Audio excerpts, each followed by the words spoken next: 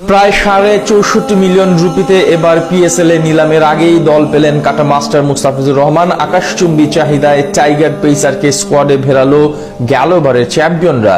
IPL নয়, বিশেষ সম্মানে পিএসএল খেলবেন টাইগার কাটা মাস্টার। পাকিস্তান সুপার লিগে মুস্তাফিজুর রহমানের দল পাওয়া নিয়ে বাকিটা জানবো রিপোর্ট।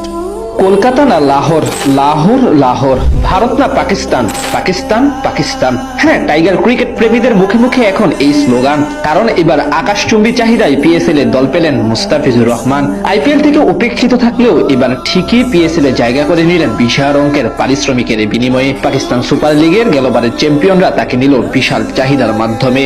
বর্তমানে সংক্ষিপ্ত ফরম্যাটে ক্রিকেট দুনিয়ার অন্যতম সেরা ক্রিকেটার মুস্তাফিজুর রহমান, বিশেষ করে বল হাতে যেভাবে দিনকে দিন পারফরমেন্স করেছেন তিনি, তার নজর কেড়েছে বিশ্ববাসীর। গেল বছর টি-20 ফরম্যাটে 20 ম্যাচ খেলে 26 উইকেট শিকার করেছেন তিনি। এছাড়া কিছুদিন আগে আইএল টি-20 লিগেও অসাধারণ পারফরমেন্স করে এসেছেন এই বামহাতি পেসার। তারপর থেকে তার নাম আলোচনা হচ্ছে জোরে সোরে। আগে গুঞ্জন ছিল এবার পিএসএল এ তাকে নিতে চায় একাধিক ফ্র্যাঞ্চাইজি, এবার দেখা গেল সেই প্রমাণ। নিলামে নাম ওঠার আগেই তাকে নিয়ে রীতিমতো কারাকারি শুরু করে কয়েকটি ফ্র্যাঞ্চাইজি। সেখান থেকে 64.4 মিলিয়ন পাকিস্তানি রুপিতে তাকে দলে নেয় লাহোর কালান্দার্স, যা কিনা বাংলাদেশি মুদ্রায় 2.81 লক্ষ টাকা। এর আগে 2016 ও 2018 মৌসুমে লাহোর কালান্দার্সের হয়ে খেলেছিলেন মুস্তাফিজ। দীর্ঘ বিরতির পর আবারও পুরনো ঠিকানায় ফিরেছেন তিনি।